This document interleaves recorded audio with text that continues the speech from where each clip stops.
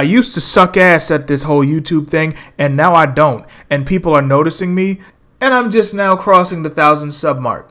And that is no one's fault but my own. Why? Because I've had pretty shit work ethic. I would have periods of doing videos consistently, engaging with people, promoting myself, and then I'd go on these random ass little hiatuses. And then I just wouldn't make content for a while. And then I'd come back and try to do it again. And then I'd stop. And by that point, I had killed any semblance of a chance of growing my channel as it was. Then I came back at the end of 2019. But this time, I was determined to actually do this damn thing. And during all the madness that was 2020, I told myself, Animane, this is it. You are 32 years old. You have had this YouTube channel since 2007. This is your last chance. Either you get serious about this thing or you hang it up. If you take one more unplanned hiatus or you just walk away from the channel and don't touch it for months and then come back like nothing happened, you're deleting your channel. No more. I got on my Yoda status in 2020. There is no try. Not anymore. You either do this YouTube thing or you don't. Oddly enough, two awesome creators who I relatively recently subscribed to, Ruin Leon and Gothix, talked about this very thing in recent videos of theirs from the perspective of black creators complaining about not getting subs and blaming it on the racist algorithm or the racist white people or the racist whoever. Well, I'm here to tell you, oh, that's a bunch of fucking bullshit. And I'm sure you already knew that because you're a fucking smart ass human fucking being. I'm just here to tell y'all, if you have a channel for X amount of years and it only grows like 0.2%, maybe your delivery sucks. Maybe your quality shit. Maybe you actually make good content, but you post so infrequently, no one follows you. Maybe you don't promote well, which is a personal problem of mine. Working on that right now. Don't quit. God ain't through with me yet. Which God? I don't know. Pick one. I have the same amount of faith in all of them if we're talking about a God from an actual religion. And by that I mean none. But whatever God or gods you have faith in, just know that if they actually exist, they are still working on me. This is my long-winded, completely unnecessarily long way of saying thank you for getting me across that 1K sub mark. We blew past that bitch. We actually need to commemorate this. Why? Because I've had this Lil Pookie production YouTube channel for way too damn long. Y'all have done the damn thing. Y'all have been commenting, y'all been sharing, liking, subscribing. I think some of y'all be hitting that little bell, so because y'all know when my shit drops way too frequently and y'all come to some of it so fast, so I know some of y'all hitting that bell. More of y'all need to hit that bell though. More of y'all need to hit the bell so you know when I drops the hot fire, because I'm telling you, between talking about my original stories, The Spider Circle and Bond of the Blade. Bond of the Blade right now is live right now on Tapas. Link in the description. Definitely go check that out because you need that shit in your life. Or whether I'm talking about some bird app bullshit or some crazy ass rant. Y'all are really showing your boy some support. And I can't take all the credit because even if I was making content that I thought was fire, if no one else thought it was fire, it wouldn't matter. But thank y'all so much. And to commemorate that, we're going to have ourselves a nice little Q&A. And I do mean little because unlike the pastors at church, when I say I'm not going to hold y'all for long, I mean that shit. I put the charge out on the Bird app a while ago. These are all awesome people. So definitely if you're on the Bird app at all, definitely give these people a follow because these are some of the real MVPs. But let's go ahead and jump right in. We're going to take it away right here with this gem, which says, do you know the Muffin Man? Yes. And I need him to start returning my calls because he owed me $2. And I'm a little tired of expecting my money and not having it. So if you see the Muffin Man out there, tell him Animane needs his $2. Or I'm going to end up being like that boy from Better Off Dead. The Dark 7580475. Did I just missay a number? Numbers. The Dark Numbers, ladies and gentlemen, just opening the floodgates with just the absolute, like, you should have been a journalist. Seriously though, thank you. I appreciate it. I appreciate everyone who asked me questions.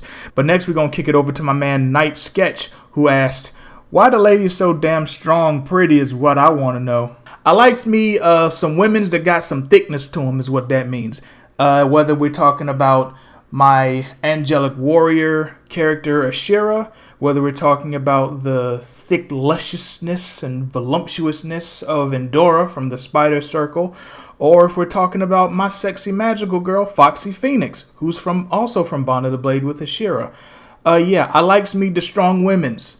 I like all types of women, plenty types, but it don't matter if it's chubby, if it's muscular, if you a mix of both. But if you got some meat on your bones, you gonna catch your boy's eye. So I made absolutely positively sure that I'm giving some genuine representation here. Honestly, I've had friends and followers be like, hey, yo, I got a little bit of a gut on me, and I jiggle when I walk, and I'm tired of all the characters supposed to be quote-unquote for me looking like a chocolate Stay Puft Marshmallow Man. So the fact that you actually got some thick and some chunky girls in your shit, but they genuinely look appealing, like, I appreciate the hell out of that. So, awesome question from my man, Night Sketch. Next, we're going to pass it over to Punk Boy Paradise.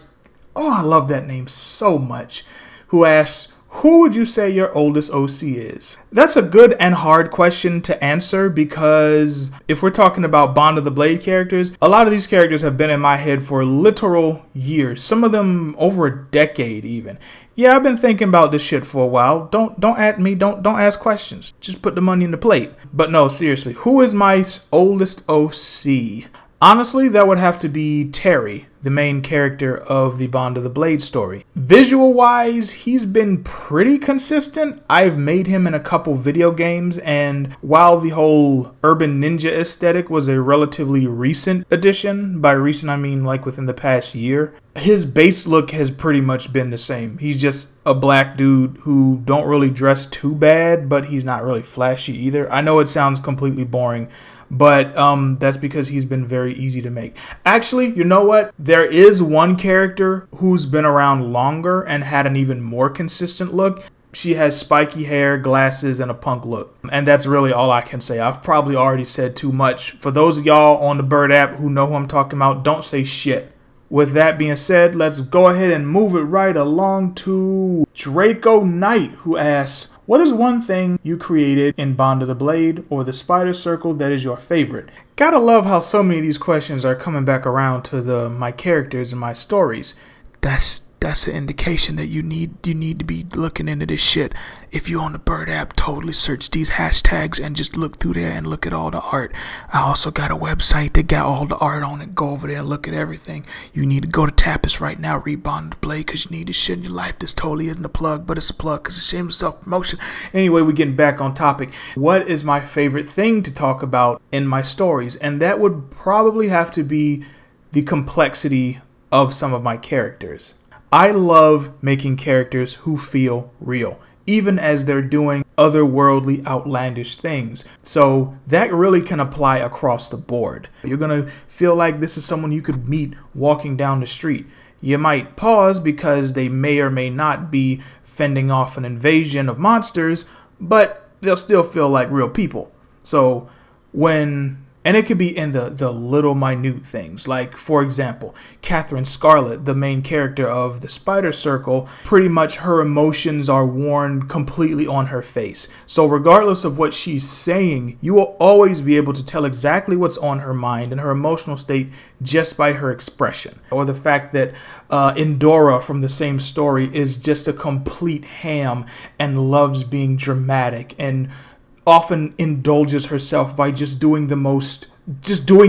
In fact, she does a lot of stuff in the story, but if there's one thing she's guilty of over anything else, it's doing the absolute most for literally no reason, other than she just fucking wants to. And the fact that these characters have just these little things about their clothing, things about the way they're posed in different pieces, all these things make them feel like real fleshed out people. And the fact that I'm able to do that consistently really, really makes me feel good. So I really appreciate the hell out of that question. Then we got to turn it over to my man Hero Geek, who I actually just appeared on his channel last week to talk about Bond of the Blade. Like, we get into long man territory over there just talking about this story. But he asks, is it wrong that I have a bit of a crush on Terry's grandmother when she's in her prime? No, it is not wrong that you have a crush on her. I mean, I modeled her after characters like Coffee and Foxy Brown for a reason. So no, it is not wrong for you to have a crush on Terry's grandmother. And we're going to close things up by covering 2 questions and summarizing it into one. They're along the same line, so I'm just going to cover them both here. And those are from my man Jojo Brito 7 and John A. Douglas. John A. Douglas, by the way, is always active in my comment sections on this here YouTube's. Who or what inspires you as a writer, and what are your biggest creative influences? Anime, video games, mythology, and periods of history that interest me or affect me deeply. Anything that comes from those eras, I'm going to use something from it. I pull a lot from mythology. That's where a lot of Ashira's character comes from. Music also is a huge influence. Like, there are times where I'll listen to a song and the way certain notes hit me will inspire me to write entire chapters, sometimes do drastic changes to the story. Even pulling a lot from history, like I've always been into World War II, the Civil Rights era, learning about those time periods. In fact, there are 2 characters who I'll elaborate on a bit more later, but there are 2 characters who are humongous nods to 2 very important people to me from the Civil Rights movement. I'll talk about a bit more on that later. Now, what directly inspires me as a writer, or who?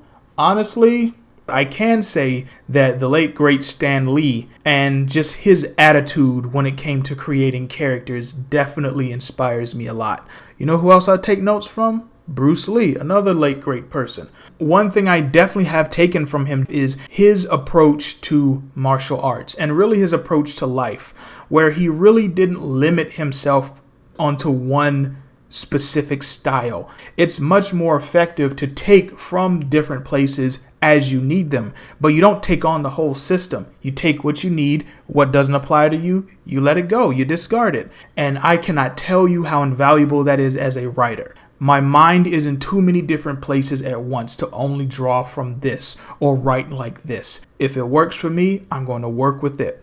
But thank you all, everyone who submitted questions. Thank you all to getting me past the 1K sub mark, and it is only going to get better from here. Message!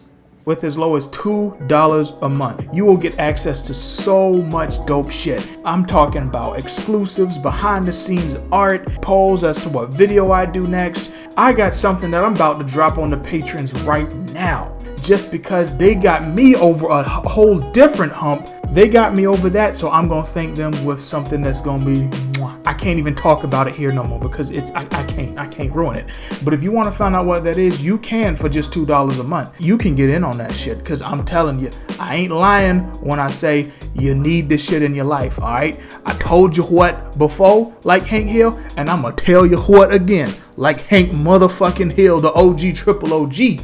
If you ain't in on these stories I'm writing, you gonna look up one day and that boat gonna be it's gonna be down there. You gonna be like, man, now I gotta catch up, because you're not gonna not read it. It's gonna be like Naruto or Bleach. You got some people out there that look at that shit and they're like, man, it looks so good, but there's so much of it. Trust me, you want to get in on this while it's still good and early. But with that being said, thank y'all again so much for getting me over the hump. We gonna keep this motherfucker rolling. Thank you for watching and listening.